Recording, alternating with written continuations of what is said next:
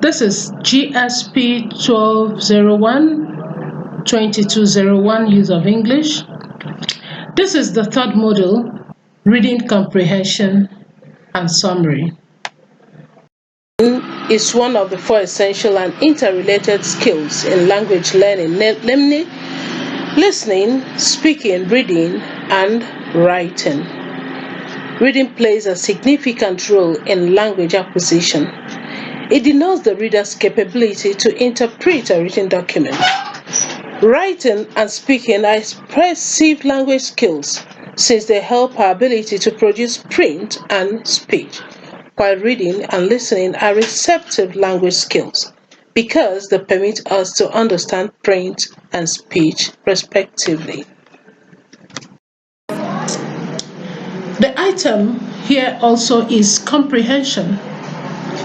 We can't talk about reading without talking about comprehension. Comprehension simply means understanding. Therefore, reading comprehension means reading to understand what the passage is all about and being able to respond accurately to the questions that follow in order to show that comprehension has taken place. We have two types of reading: intensive reading and extensive reading.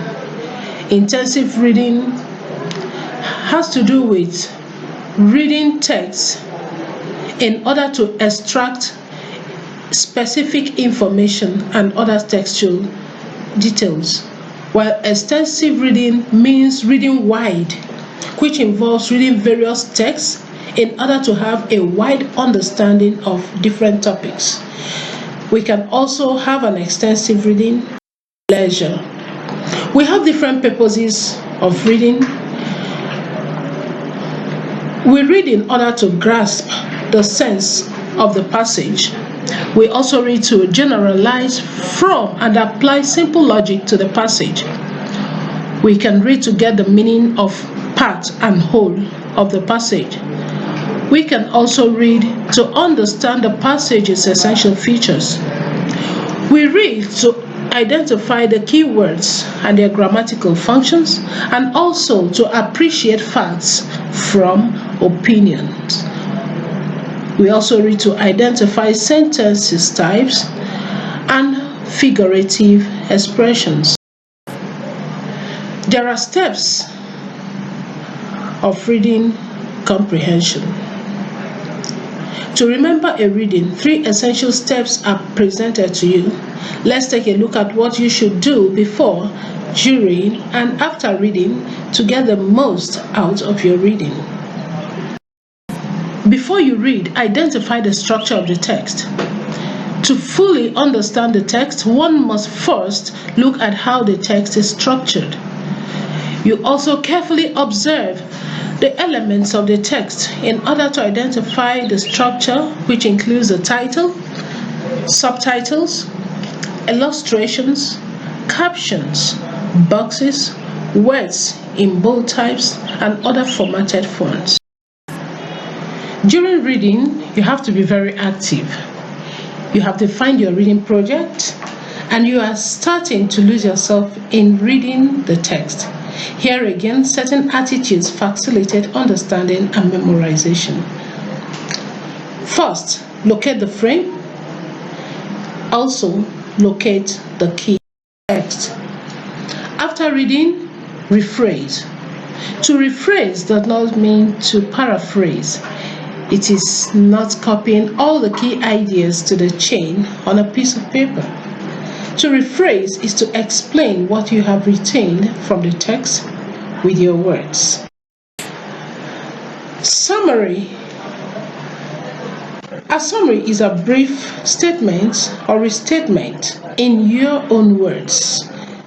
Now you have to mark the phrase in your own words of the main idea of the passage. When you write a summary, you condense the writer's idea into a few concise sentences. A summary is always shorter than the larger text because it omits some extraneous material such as examples, asides, analogies. are rhetorical strategies that writers use to add emphasis and interest. There are some procedures for writing a summary. One, first you have to understand the text. Take time to read the text. Some people prefer to read first without taking notes. This is to make sure that they understand the main ideas and the structure of the text. Create a plan.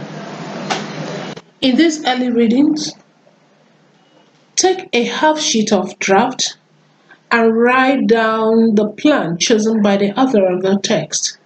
Find the original structure, the ideas that drive each of the main lines of the text, and make sure everything is well integrated. Third, write. The length of the paragraphs should not depend on the length of the idea in the text, but on its importance. Spend a little more time on fundamental concepts, less or even much less to the point of completely obscure an illustrative paragraph of a concept just explained before. 4. Proofread. Once the writing is complete, read everything. Check that you have forgotten, added, or supposed nothing. 5. Ensure that your text is clear, well written, with a good writing style, which would be understood by a reader who has not read the original text. We have 6 steps in summarizing a text. Step 1, you have to list the main ideas for each paragraph in the text. Second step, you have to underline the main idea statements that include the most important ideas from the text. The third step has to do with combining any ideas that could go into one sentence. In the fourth step, you number the ideas in logical order. The fifth step, you have to write your summary in one paragraph. And finally, in the sixth step, you edit your. We have come to the end of the third module. Thank you for listening, and click to enjoy the next module. Thank you.